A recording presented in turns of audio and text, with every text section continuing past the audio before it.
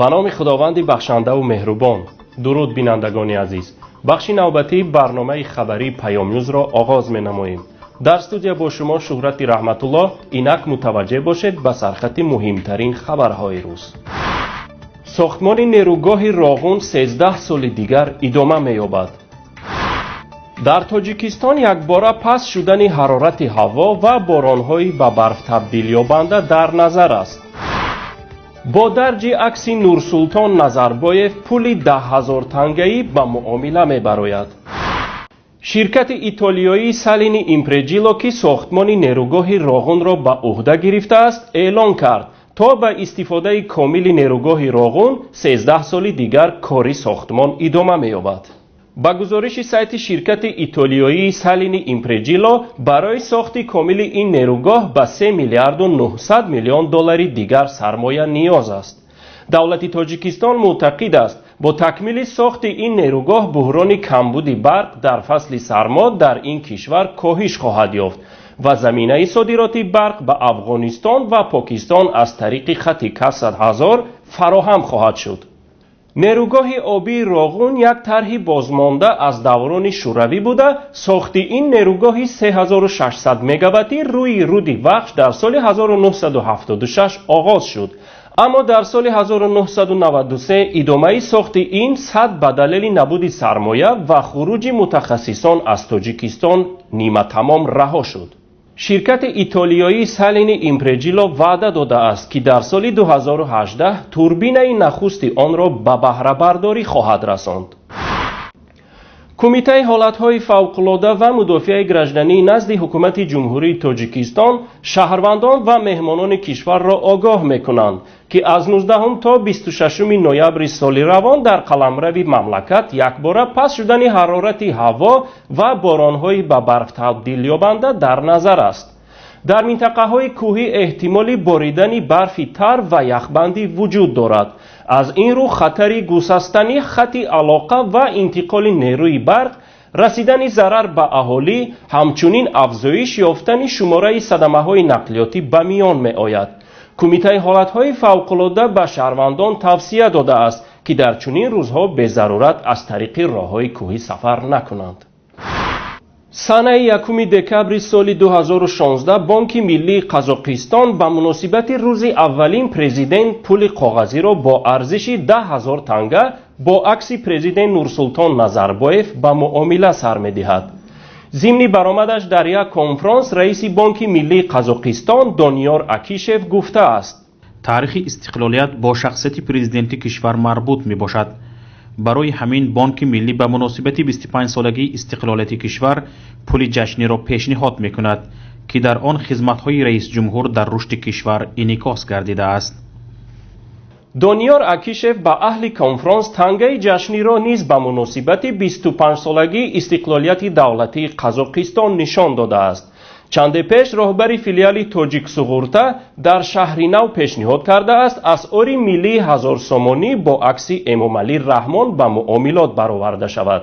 حالدانان میگویند کشورهای دیکتاتوری آسیای میانگی با سراسیمگی آواره تحکیم بخشیدن به سلطنت و قدرت خود هستند. در این جاده بارها قانونهای مربوط باقی ماندنشان در سلطنت و حتی سرقانون کشورشان را به دیگر نموده امروزها از پی در خیابانها گذاشتن مجسمه های خود و درج نمودن رسمهایشان در پلهای کاغذی میخواهند در زندگیشان پایدیواری بقای نامشان همچو پیشوا را مستحکم نمایند، چون میدانند که عمر شأن و شهرت دیکتاتور برابر با عمر خودش است. از فعالیت ماندن سامانه تاجنوس را که البته زیر فشار و تعقیب صورت گرفته است، ما فاجعه نوبتی آزادی سخن و حقوق انسان در کشور ارزیابی میکنیم. این اولین و آخرین سامانه نیست که بسته می شود و چنانه که خود مسئولین آن قید کردند نوبت یک دو رسانه مستقلی باقی مانده هم خواهد رسید که آزادی سخن در کشور را خواهد گراند. ما منتظر بودیم که سازمان‌های ژورنالیستی یا حامیان حقوق به دفاع از آزادی سخن و حق دریافت اطلاعات آلترناتیوی صدا بلند خواهند کرد، ولی چون از کس صدا بر نآمد قرار دادیم این کار را خودمان انجام دهیم. هموطنان عزیز، پیامدی مسدود شدن آزادی بیان به جز غلامی چیزی دیگری نیست. حکومت‌های خودکامه و دیکتاتوری برای پورره غلام کردن مردم تا میتوانند رسیدن اطلاعات الترناتیوی به مردم را مسدود میکنند تا مردم همان حرف را حقیقت پندارد که آنها میگویند. تأسیس مرکز یگانه کمونیکاسیونی هم به همین هدف است که رسیدن اطلاعات الترناتیوی از بیرون را جلوگیری کنند. کمترین کاری که مردم میتواند علیه مسدودشوی آزادی بیان انجام بدهد دست کشیدن از استفاده اطلاعات حکومتی است. نخریدن و نخواندن نشریه‌های حکومتی و نیمه حکومتی که در رسانیدن اطلاعات دروغ و بافته حکومت به مردم سهیمند، دست کشیدن از تماشا و گوش کردن تلویزیون و رادیوی رسمی، ندر آمدن به سامانه‌های رسمی و غیره اعتراض است که هر نفر مستقلانه میتواند انجام دهد. اما نبودن اعتراض به مقامداران جرأتی بیشتر خواهد داد. همکسبان گرامی، کوشش و مبارزه و قربانی های شما عزیزان باعث شده بود اطلاعات الترناتیوی و حقیقت به مردم برسد و آزادی بیان در تاجیکستان قسماً تامین باشد. رفتن شما از صحنه وضع آزادی بیان و تمام آزادی های دیگر را وخیم‌تر خواهد کرد. بنابراین ما تمام روزنامه‌نگاران تاجیک را به همکاری دعوت می‌نماییم. البته نظر ما این است باید ده‌ها سامانه دیگر مثل پیامنت و بهتر از آن تأسیس یابند. ولی تا زمان تأسیس یابی سامانه و نشریه‌های دیگر ما تیاریم هر روزنامه‌نگاری که خواهش همکاری دارد با کار تأمین نماییم. وضع مالی ما الان اجازه نمی‌دهد معاش خوب پرداخت کنیم، ولی با اذن خداوند و کمک دوستان و همکاران حتما به جای خواهیم رسید که معاش ما از دیگران کمتر نباشد. آنهایی که در وطن قرار دارند و از افشای نامشان خودداری میکنند میتوانند با امضای مستعار نویسند و نام اصلیشان را حتی به ما آشکار نکنند. در خارج بوده ها هم اگر نمیخواهند نامشان افشا شود میتوانند با همین راه نویسند و همکاری کنند. آنهایی را هم که هنری راه اندازی برنامه‌های تلویزیونی و رادیویی دارند به همکاری دعوت میکنیم، چون تلویزیون و رادیوی ما در آستانه آغاز فعالیت قرار دارد.